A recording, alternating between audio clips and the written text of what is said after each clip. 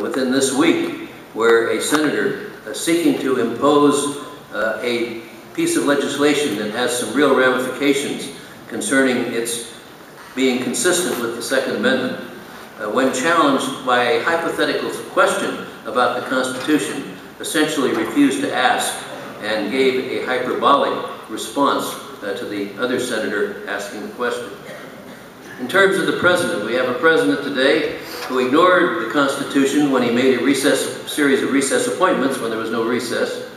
He evaded the Constitution by appointing a bunch of people known as czars who had authority normally reserved for cabinet officers who had to answer questions before the Senate and their confirmation process, and then to both houses of Congress for their activities when in office. He trashed the Constitution, and particularly checks and balances, when he waived the work requirement for welfare recipients, despite a specific congressional enacted law against doing such a thing. And he shredded the Constitution when he essentially granted amnesty to a whole category of people in terms of illegal aliens without any congressional authorization. And then we've had the judiciary that likewise has done its bit to violate essentially the founders' concepts and those initial and those important first principles. We had a Chief Justice who only recently used a convoluted approach and, in my opinion, abuse of the Constitution to justify one of the greatest legislative acts of oppression of the people. That, of course, again, was Obamacare. And we had a court by a 5-4 vote that invalidated government by the people by overturning an initiative by the people of Colorado when they specifically passed an initiative by a majority of the people themselves, which affirmed God's definition of marriage and tried to make sure that the laws of Colorado conform to that definition. Well, I believe that that is why it is critical that as we stand here at CPAC 2013, a location, a venue where the conservative movement and those who believe in the Constitution and the Declaration have traditionally mounted their efforts, as Ronald Reagan asked them to do in 1975 and in many of the other remarks that he made over the years. And that's why I believe that the reason that the overwhelming majority of the people in the United States believe we're on the wrong track is that we have indeed abandoned or violated those important first principles that the founders developed. And that's why, in order to change and to move in a different direction, we need to use this as a starting point to mobilize conservatives throughout the country, in all parties that we can find them. And indeed, I think that the Reagan Democrats indicated to us that it's not just a one-party situation, but rather that when you really go back to something that resonates with the people in terms of protecting and regaining their freedom, that we find people across the partisan spectrum. And that's why the Tea Party, in my opinion, Tea Party groups have been so effective, is finding ordinary people. Many of them were, in fact, members of another party or independents who have banded together to restore the kind of a government that the founders initially established on the basis of the first principles. That's why we need to be sure that in 2014 we elect a Congress in both houses that is committed to those first principles, and we need to hold their feet to the fire after we have elected those members of Congress in both houses so that they will live up on the floor of the two houses to what they said during the election. We need to elect a president in 2016 who will fully fulfill the Constitution through his own actions, and will also appoint judges to the courts who indeed will uphold constitutional fidelity and not judicial activism. And thirdly, we need to speak out in every instance that we can when the court does, when judges do engage in judicial activism. Believe it or not, judges are somewhat influenced by what the public thinks. And it's important that through letters to the editor, through other pronouncements, through positions of organizations and the like, that when the court goes wrong, we speak out and ask that the judiciary likewise be faithful to the Constitution. These are the things that I think, as a movement and as people who have indicated by their presence here in this hall, have signified their concern for the country and their wish to do something better and to have a better country. We can't wait for another Ronald Reagan. There are going to be other people that will likewise pick up the banner and carry it forward. We have a strong bench, as has been talked about here, among the governors and among many of the people now in the Congress itself. But we each have a responsibility to do what we can in order to make this come about. I believe that we can use the political first principles that have been talked about by speakers here and use that to regain the philosophical and constitutional first principles established by the founders. And if we can do that, we will take back our country and restore the freedom that the founders gave us. Thank you.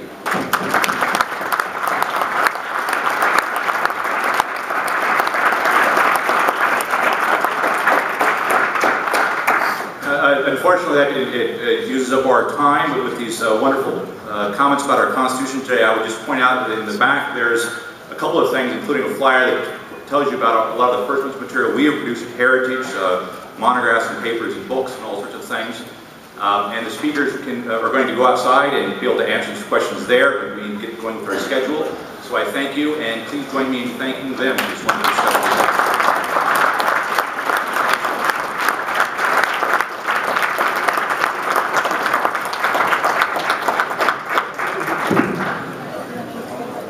Thank you, everyone. You can remain seated if you wish to stay for our last panel. This is Free at Last, when Right to Work came back to the Midwest. Meaning if you can actually stay. Thank you. For those just joining us, I'm Lisa Sticken. I'm chairman of the Young Republican National Federation. And to introduce our last panelist, I'd like to begin with Terry Scanlon, who is the president of the Capital Research Center, a conservative think tank in Washington, D.C. This is Terry's fourth time as serving as a moderator at a CPAC conference. And Terry is the publisher of Labor Watch, which is published monthly by the Capital Research Center. Terry served also as chairman of the U.S. Consumer Product Safety Commission during President Reagan's second term. Joining Terry on the panel is Vincent Vernuccio, who is the Director of Labor Policy at the Mackinac Center for Public Policy. Under President George W. Bush, he served as a special assistant to the Assistant Secretary for Administration and Management in the Department of Labor.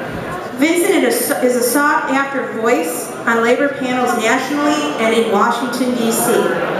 Joining them is Mallory Factor, who is the John C. West Professor of International Politics and American Government at the Citadel. Factor is the author of Shadow Bosses. He is the co-founder of the New York Meeting and the Charleston Meeting, and is a member of the Council on Foreign Relations. Also joining the panel, Mark Meese, who is the president of the National Right to Work Committee and the National Right to Work Legal Defense Foundation. The foundation is currently representing over 200,000 workers in 200 cases across the country. Finally, rounding up our panel is Benjamin Shapiro, editor-at-large at Breitbart.com. Very good. He entered UCLA at the age of 16 and 17. He became the youngest national syndicated columnist in the U.S. He is the Shulman Journalism Fellow at the David Horowitz Freedom Center and author of a book called Bullies. Please, let's give a large, welcome, warming welcome to our last panel here at the CPAC. Thank you.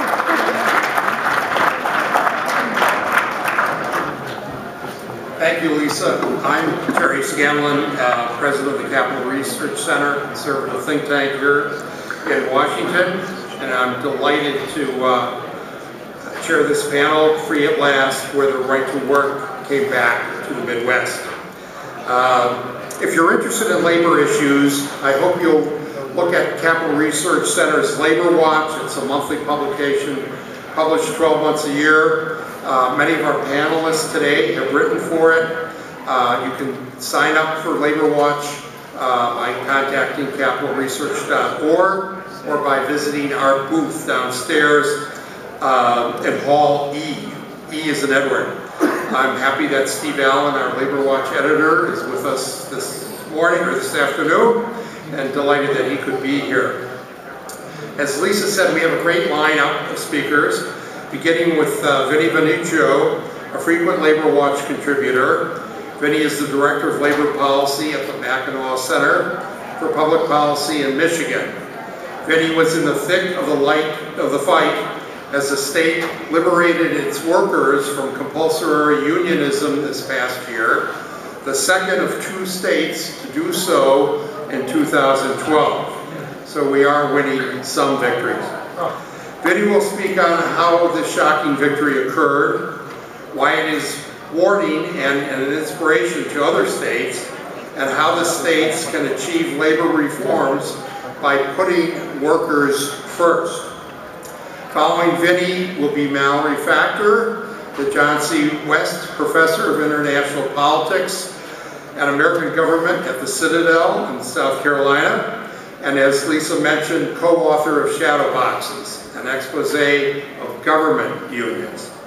He too has written for Labor Watch, and today he'll speak on how unions are responding to their defeats in Michigan and Indiana, namely by doubling down on political spending to build a monumental voter registration and get out the vote machine.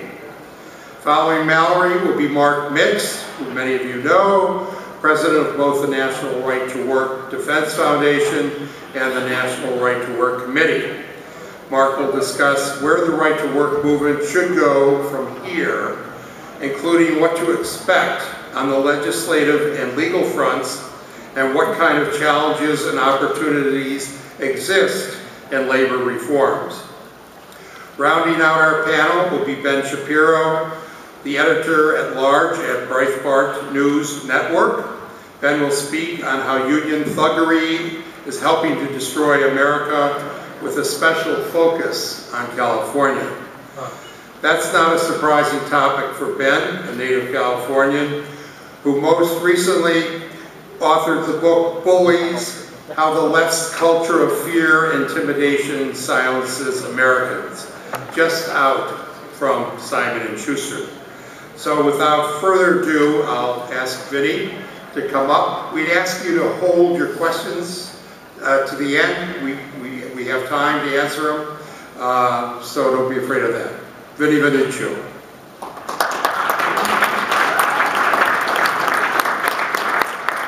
Thank you, Terry, and thank you all for staying. Since we are talking about right to work in the Midwest, I guess it's pretty apt that the panel started when it did, because hey, in both cases, better late than never, right? Well, now in Washington, things aren't going so well. Last November was pretty disappointing for conservatives. President Obama was reelected. Republicans failed to take the Senate. A few months later, everyone's taxes went up. Even with the sequester, we're only looking at a paltry cut to a bloated federal budget. But I'm here to tell you today, there is hope. And that hope is coming from the states. In 2011, Governor Scott Walker led the charge, protecting taxpayers and workers with his budget repair bill. And other states are following suit. In early 2012, Indiana did something that no other state had done for a decade. It gave workers the freedom to choose and enacted the right to work law. In November, Michigan, the voters of Michigan resoundingly rejected a union power play. The unions try to enshrine unionization in Michigan's constitution. It would have given government unions an effective veto over laws passed by the people's representatives. It would have also made right to work impossible. By 15 points, the voters of Michigan said no. Michigan again in December. Michigan, the state with the 5th highest union membership rate in 2012. The birthplace of the UAW, a traditional labor stronghold. Michigan went right to work. Became the 24th right-to-work state in the nation. Can I say that again? 24 right-to-work states in the nation. Sorry, I just really like the sound of that. Law goes into effect on March 28th, and if Michigan is anything like the other right-to-work states, it'll see lower unemployment. It'll see higher job growth. It'll see higher population growth. And yes, it'll see workers making more. Around the country, you're hearing this chant from the unions, right to work for less. But they're comparing apples to oranges. Now, I grew up in New York City. Do you know how much a shoebox apartment goes for in New York City? $2,000 a month for not even a one-bedroom, for a studio. You go down to Alabama, you get a house. A mortgage on a house is $800 a month. Well, the unions are saying, well, workers in New York City are making more than workers in Alabama. Yeah, of course they are. They're paying $2,000 a month for a shoebox apartment versus $800 a month for a mortgage. It's called cost of living. When you factor in cost of living, workers in right-to-work states are making over 4% more than those in forced unionism states. But economics aside, right-to-work is about worker freedom. All right-to-work means is that a union cannot get a worker fired for not paying them. That's it. Doesn't affect collective bargaining in any other way. Workers and unions can still bargain over wages, hours, working conditions. Everything they can in a non-right-to-work state, workers can bargain over in a right-to-work state, except for the ability for a union to get a worker fired. And that's why it's so important. So, what happened in Michigan? How did the impossible become possible? I'll give you guys kind of the inside story. Now, for 20 years, the Mackinac Center has been saying right to work is right for Michigan, been laying the intellectual framework. But we had a perfect scenario in late 2012. And more than having a perfect scenario, we had the right people in the right places at the right time. We had a guy named Terry Bowman, who was president of Union Conservatives. And he showed union workers, his brothers and sisters, that he should be as free as non-union workers to decide where his money goes. And he was tired of the UAW spending it on politics he disagreed with. You had Representative Mike Shirkey and Pat Colbeck, and Senator Pat Colbeck, two freshman lawmakers that were so naive they thought they could pass right to work in Michigan. No one told them they couldn't, and they did. You had political power players like Dick DeVos and Ron Weiser, bolstering wavering politicians. You had Americans for Prosperity and the Freedom to Work Committee on the ground, bolstering the grassroots. You had national organizations like SPN, bringing the issue broader. You had the National Right to Work Committee, giving logistical and financial support. And they gave a lot of financial support. Oh, by the way, thanks for that. But besides all that, you had Michigan's neighbor, Indiana, gaining over 40,000 jobs, while Michigan lost over 7,000. And the governor saying, we have to be competitive, and we're not, because our neighbor has a big sign with right to work saying we're open for business. And then, of course, you have the union power play with Prop 2 that allowed Michigan to have the conversation. And that's how Michigan went right to work. Now, what does this mean for the rest of the country? Well, like Terry said, it's a warning and it's an inspiration. Just as Michigan's neighbor saw Indiana bringing business in, taking business that could have gone to Michigan away, so too to Pennsylvania and Ohio, with now 2 right-to-work states in their region. They need to be economically competitive. By the way, I have an investment tip for all of you. Ohio doesn't go right to work. Go buy land on the Michigan side of the Michigan-Toledo border. Commercial real estate. You might make some money pretty soon.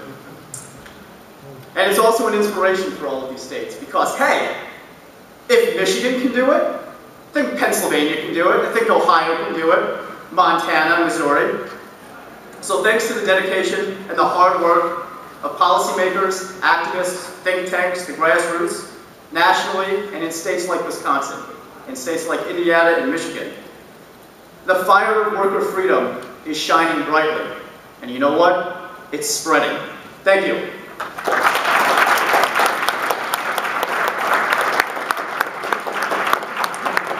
Thanks, Vinny, very much. We'll now ask Mallory Factor to speak. Thank you.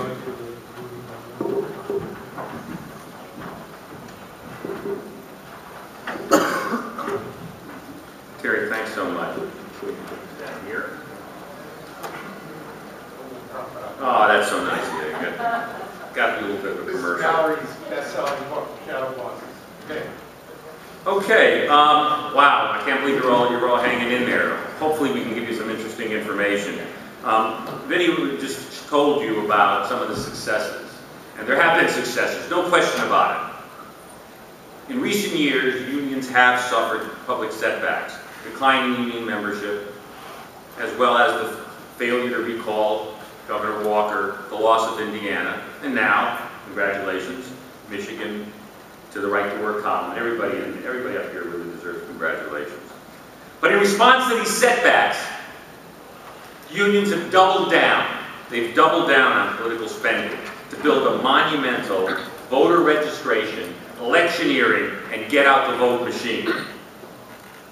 As a result, my friends, the unions almost single-handedly won re-election for Obama in 2012, and they pose a real threat to the Republicans' ability to take back the White House and the Senate in the near term. The union's biggest contribution to President Obama's re-election was their manpower and their organization on the ground. To illustrate this, with the very limited time I have, let's take a look at what unions did on the ground in one battleground state, Ohio. The unions in Ohio gave the Democratic Party use of 1,800, yes, 1,800 local offices, union offices, as outposts for the Obama campaign.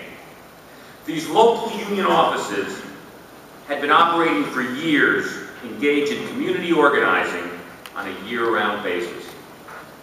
The fact that the Obama campaign used permanent offices with deep roots into the community gave them a huge edge over the Romney campaign, which largely used offices set up for the presidential campaign alone. The Obama campaign used unions to get them into workplaces all over the state. Local unions appointed worksite coordinators for each unionized workplace in Ohio. The coordinators ran extensive worksite leafleting campaigns and education programs to reach voters at their places of work. No comparable, that's correct, no comparable workplace access was possible for the Romney campaign because they don't control workplaces like unions do. Unions also registered 70,000 pro-union voters in Ohio and worked to get most of them to the polls. And in the last 4 days before the election, union representatives contacted 800,000 Ohio voters, 800,000 voter contacts. One union in particular, SEIU, President Obama's old union, had a carefully targeted plan to drive voter turnout in Ohio. With 2,300 full-time volunteers, and by the reason I'm making this sign is some of them were paid, a lot of them were. They were on the ground in Ohio the last days of the campaign, focusing on African American and Latino voters, which is what the SEIU decided it would do. The message is aimed at African Americans, urged use of early voting procedure to overcome alleged voter intimidation at the polls. They said, those who don't vote are playing into the hands of those who are trying to suppress your vote. The result? The Ohio African American vote increased from 11% of the electorate in 2008 to 15% this past year. President Obama won Ohio, but he only won Ohio by 103,000 votes. Each one of these 5 examples that I've just put forth of union assists could have made the difference, each one of them. And the presidential race in Ohio is just one example of how union voters, voter registration, and the Get Out the Vote campaign proved decisive for the Democrats. Unions provided, of course, the same support for the congressional and state races. And what type of voter registration, canvassing, and Get Out the Vote machine did the Republican Party control in the 2012 elections? Nothing I heard somebody say in the front row, yes. Nothing even approaching the scale of the well-coordinated, well-funded union political machine. Republicans matched the Democrats dollar for dollar in the 2012 presidential election, with each side spending about $1.2 billion. But Republicans did not have the benefit of a year-round community organizing machine and a well-structured ground game. And Republicans, as we all know, probably prioritized the wrong things as well, spending a substantial amount on negative TV advertising in the battleground states. A plethora of 30-second television spots could not counter the years of union organizing and the years that the unions invested in political infrastructure and community organizing, which they shared with the Obama campaign. Ava Bell's CIO, mega boss, Richard Trumka, summed it up right after the election when he claimed credit for Obama's victory. The huge push by the nation's labor unions, Trump claimed, gave the president Ohio, Wisconsin, Nevada, and others, which carried numerous electoral votes. And I quote, "Without unions, none of those states would be in President Obama's column," puffed Trumka. My friends, he is absolutely right. For the Republican Party, for conservatives to survive as a major force in national politics, we will need to build our own political infrastructure on a year-round basis, particularly in battleground states. It'll take a huge investment and years of work to develop a political arm for the Republican Party and for conservatives that can compete with the overwhelming resources that the unions bring to bear. But Republicans cannot hope to win national elections without matching the boots on the ground that the unions provide for Democrats in the battleground states.